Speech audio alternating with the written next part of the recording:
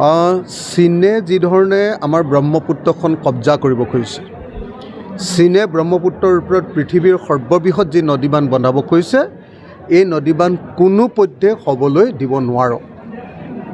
আমি অসমৰ মানুহ, আমি উত্তৰ পূৰ্বাঞ্চলৰ মানুহ আৰু সমগ্ৰ ভাৰতে আমি চীনে ব্ৰহ্মপুত্ৰৰ ওপৰত বন্ধোৱা নদীবান্ধ বন্ধ কৰিব লাগিব আৰু কোনোপধ্যে যাতে ব্ৰহ্মপুত্ৰ নদীৰ ওপৰত তেওঁলোকে অধিকাৰ সাব্যস্ত কৰিব নোৱাৰে,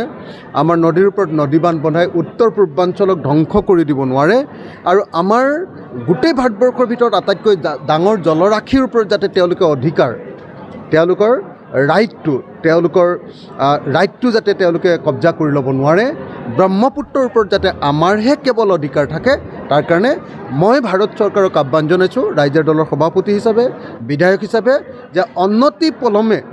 ভাৰত চৰকাৰে চীনৰ লগত কথা পাতি এই নদীবান্ধ ব্ৰহ্মপুত্ৰৰ ওপৰত বনাব খোজা চীনৰ সৰ্ববৃহৎ নদীবান্ধটো আমি বন্ধ কৰিবৰ কাৰণে দাবী জনাইছোঁ।